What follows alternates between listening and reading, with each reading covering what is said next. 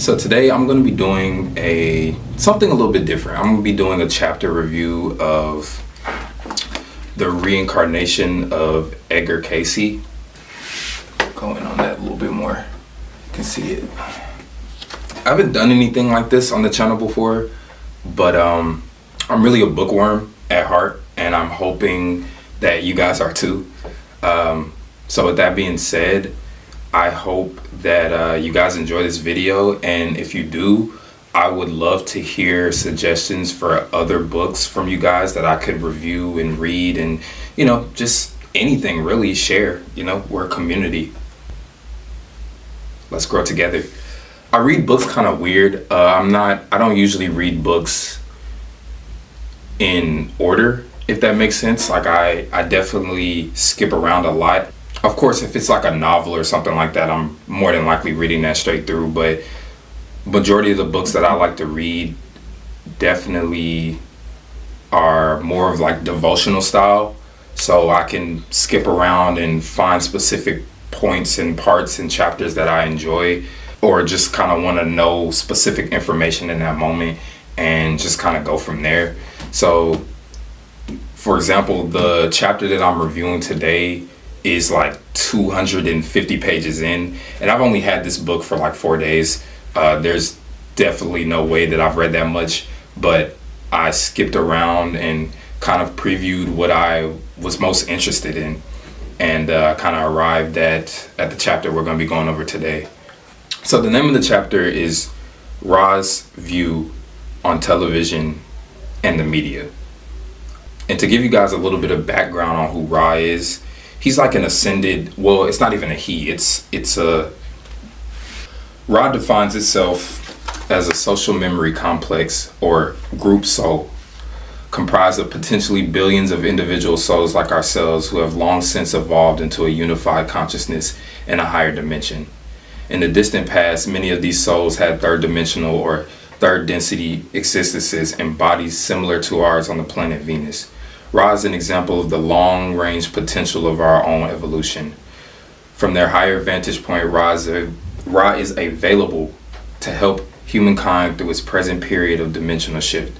Just as many people on our planet choose of their free will to do God's work as an expression of charity and compassion, Ra as a group has chosen of its own volition to assist the one infinite creator in helping planetary populations evolve. So think ascended masters, right? Saint Germain, Archangel Michael, Drumbelow Melchizedek, these people that come or have a view or a vantage point over humankind. They're here to assist and help us in our overall evolution and growth. So this is their perspective on television and media. And the reason I chose to start here is because to simply put it, it spoke to me. It really resonated with where I was and where I think we all are as a collective here on Earth.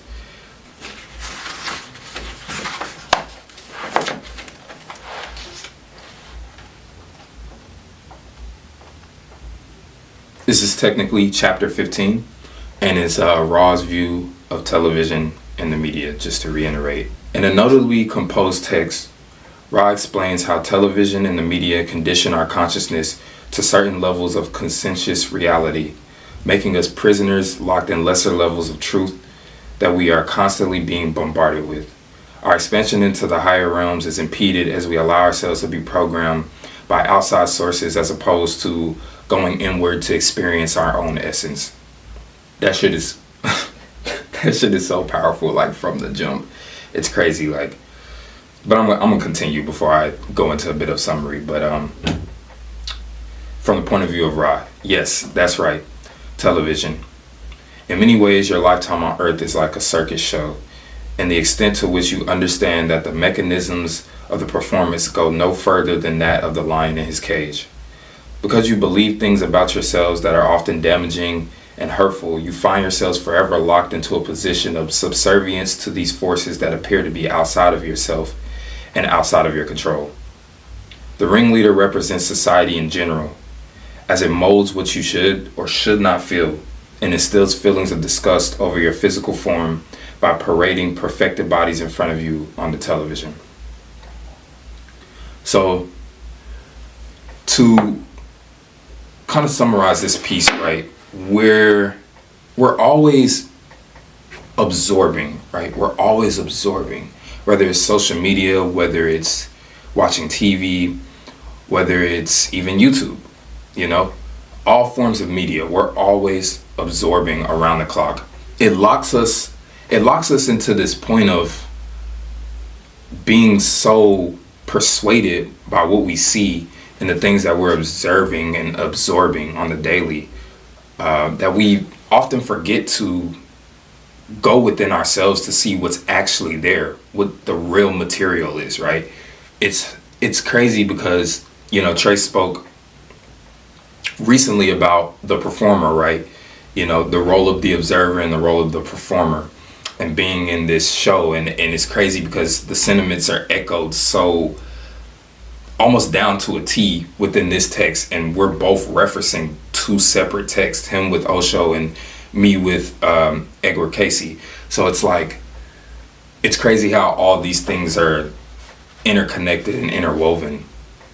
Our expansion into the higher realms is impeded because we allow ourselves to be programmed by outside sources, right? We allow ourselves to fall for these traps, these media influencers, these celebrities, these people that are telling you, hey, be like this, look like this. It's not giving. You know what I'm saying? Like everything starts from within, but we're constantly distracted from what's out. You, as the lion, may or may not even be aware of the extent to which you are a player in this giant circus. When the understanding comes, it can be quite a jolt. One of the first things that will happen is the desire to stop watching television and other media sources. The ringleader in this case, being the media and other organized forms of imagination control, only wants one thing, which should be readily apparent. It wants you to feel that everything you have is insufficient, to get you to strive further and further towards material objects. You have reached these words, now should be well aware that this... Wait, I read that wrong, I'm sorry. You who have reached these words should be well...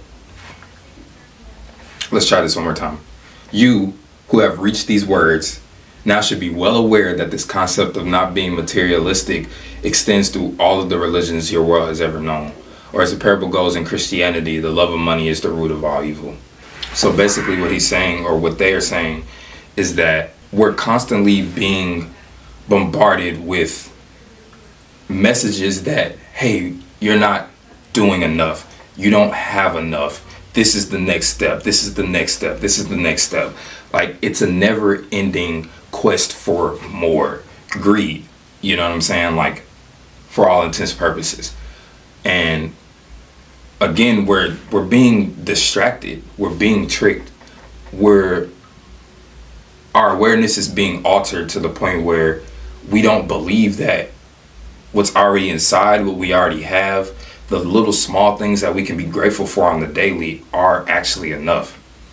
I may not be the richest, I may not be the most successful, I may not be famous, I may not be this, I may not be that, but what I have inside at my core is always going to trump those things. And that's what Ra's trying to get us to understand, or remember, really. I mean, the understanding is there.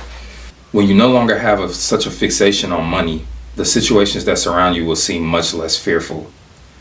Many people exist in states of great wealth compared to the rest of the 5 billion people on this planet.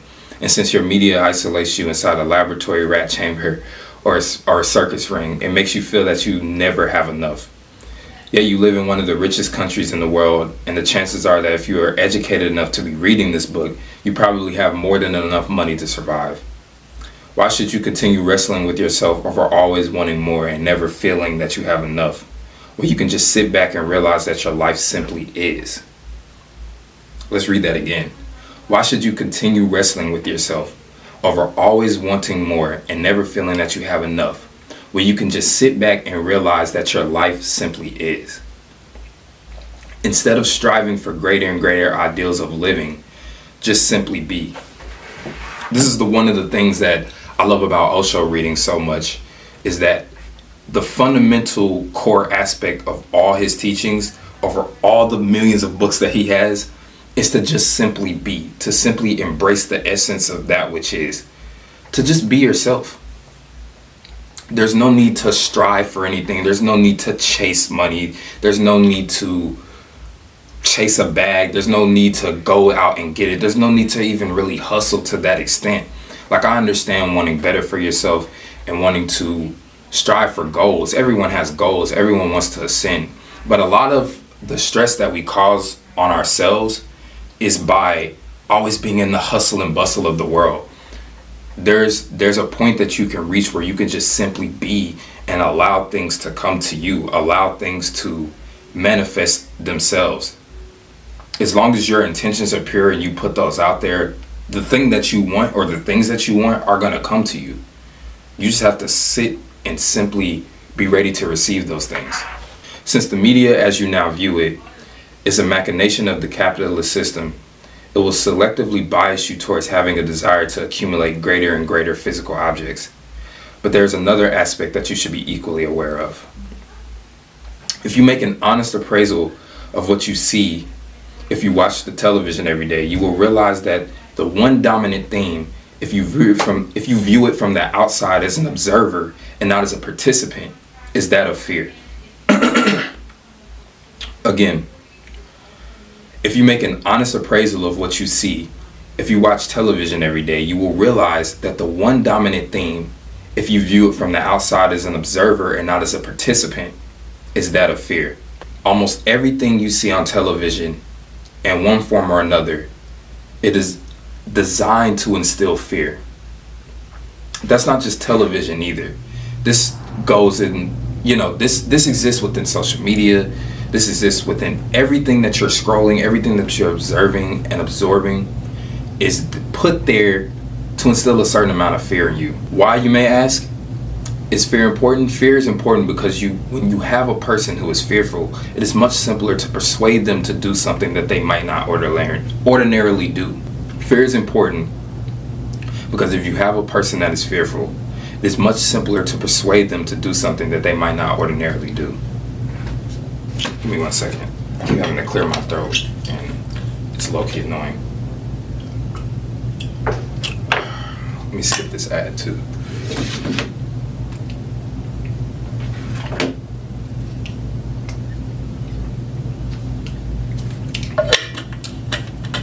I be using the fuck out of some activated charcoal toothpaste. I want to make a quick disclaimer here as well, because the Flow Network is obviously a form of media, right? We're here on YouTube petitioning for our community to watch us do shit, to watch us talk about shit, to watch us experience shit. But the main difference between us and a lot of outlets is we are not proponents of fear. We are proponents of peace. A lot of our vlogs are direct representations of, hey, if you can do it, I can do it too. We're going out and experiencing things, whether it's leaving the country, whether it's leaving the states, traveling around the country. Like, a lot of those times are just like, our first, second, or third times in such places, right? We're aiming to not only just show through experience, but also motivate and inspire a peaceful nature, to inspire a go-get-it attitude. Like, hey, you can do anything in the fucking world that you want to do. At the end of the day, we're expressions. We're just here to give you all what we feel, how we feel, you know what I'm saying? And hopefully build a community that holds those same values and wants to do those same things. But let's continue. Understand fully and completely that fear is a tool, a device, a method of having power over others. If the public right now were to reach a fearless state, then the international bankers and the policymakers who are running the show behind the corporations and the media would no longer have the ability to control people. They would no longer have the ability to dictate the flow of currency. It is that very fact that people are paralyzed by their own fears that prevents them from doing anything productive. That prevents them from any real efforts to try to make adjustments in their lives in directions that will be most suitable for them. It is the fear that is the great limiter and the great binder. It is an anchor that locks you to the bottom of the ocean of possibility, forever destined to go around your loop, to go around the perimeter of the circus cage. If that lion only were to know the grassy plains that God meant for him and the abundance that awaited him, he would most likely collapse with misery at the fact that he had been brought into such a system in the first place.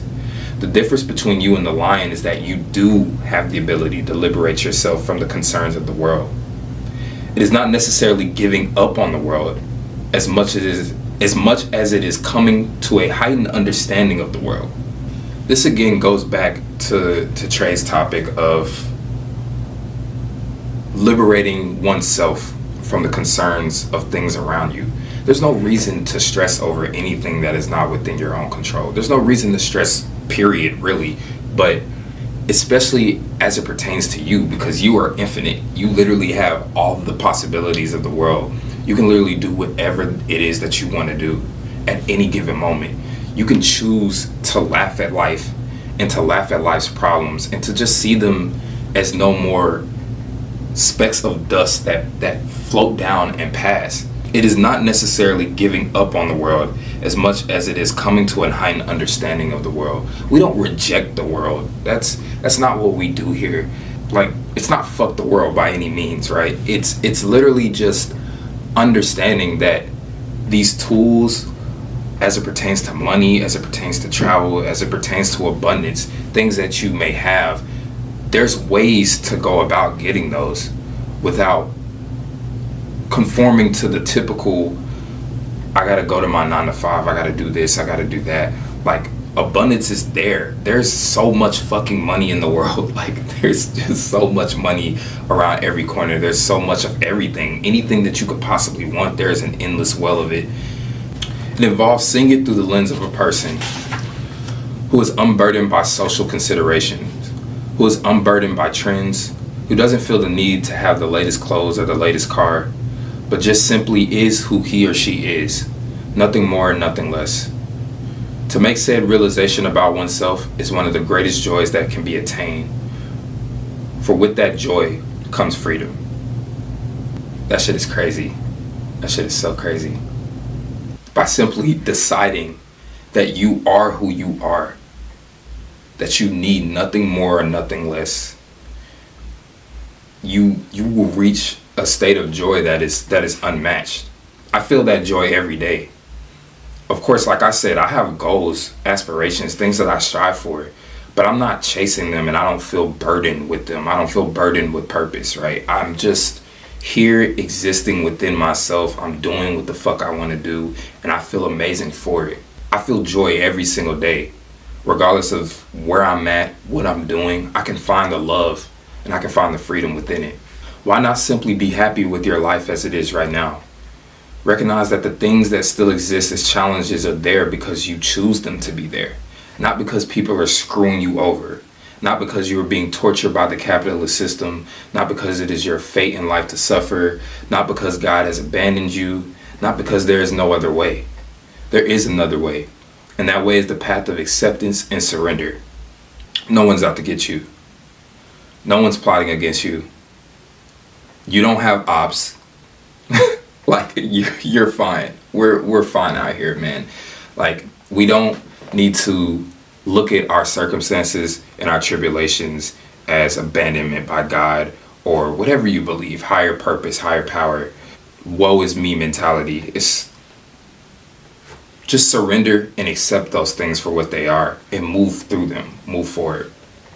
There is another way, and that way is the path of acceptance and surrender. I just wanted to read that one more time because it's just like, yeah.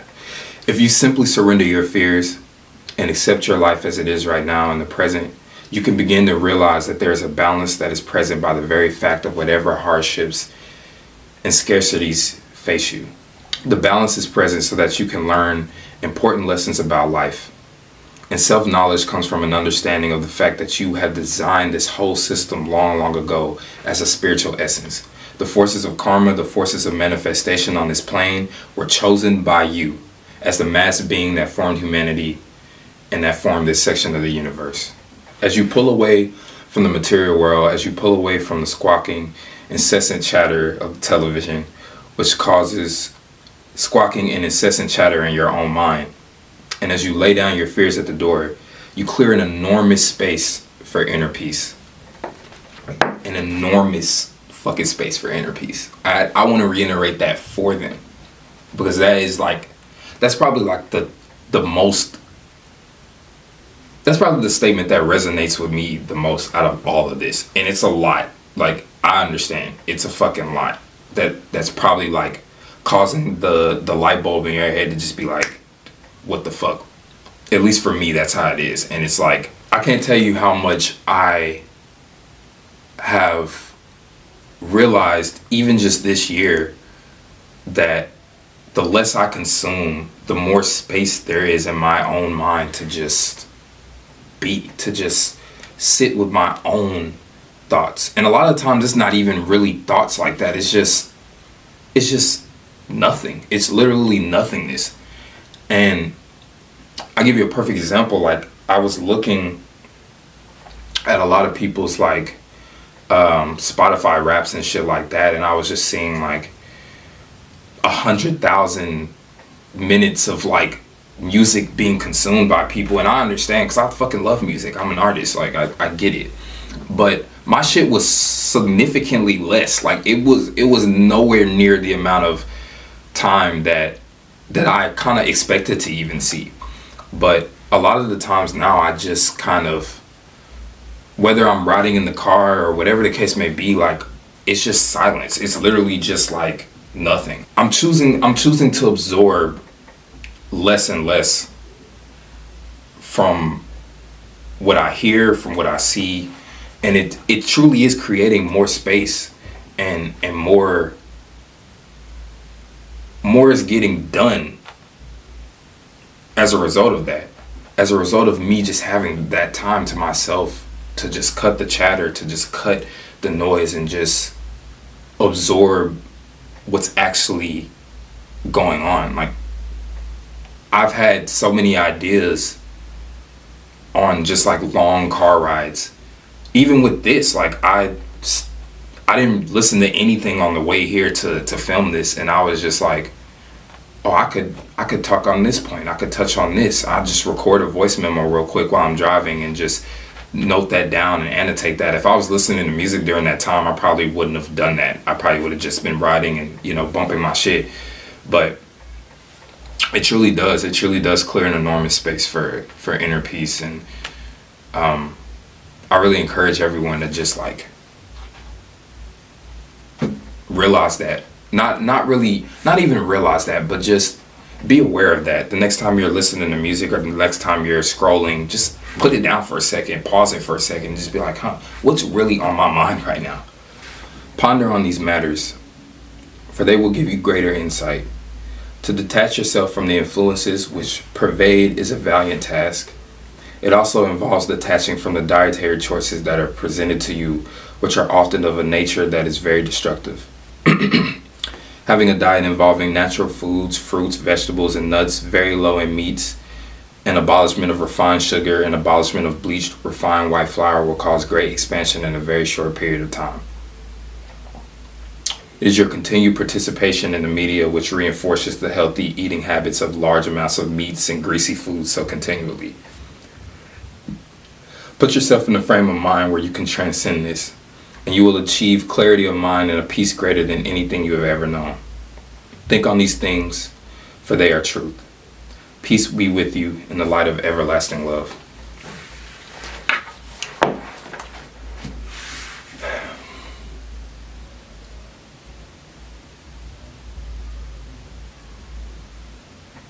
We really hope that you continue to engage and share your thoughts on our content, things that we're doing, ways that we can improve our community, ways that we can better involve you guys. And again, if you enjoy this kind of content, please let me know. I would love to continue in this book, continue my experience, reading it along with you guys, and also taking suggestions from you guys as well.